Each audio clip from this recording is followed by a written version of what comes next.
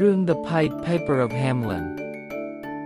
តាំងពីយូរយារណាស់មកហើយនៅទីក្រុង Hamelin បញ្ហាដ៏គួរឲ្យភ័យខ្លាចមួយបានកើតឡើងសត្វកណ្ដុរពួកគេនៅគ្រប់ទីកន្លែងនៅក្នុងផ្ទះបាយនៅក្នុងហាងសូម្បីតែនៅលើគ្រែ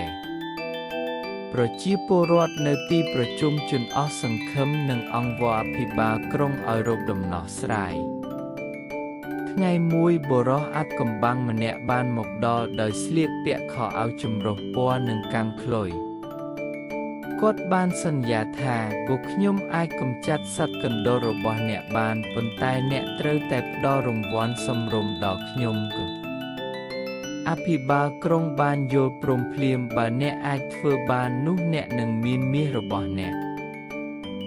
ភ្លុំបានលើកខ្លុយរបស់គាត់ហើយលេងសំនៀងដ៏ផ្អែមល្ហែមប្លែកពិតជាអស្ចារ្យណាស់សត្វកណ្ដុរហើរចេញពីគ្រប់រន្ធហើយប្រេះតាមគាត់តាមដងផ្លូវគាត់បាននាំពួកគេទៅមាត់ទន្លេជាកន្លែងដែលពួកគេលោតចូលហើយត្រូវទឹកហូរ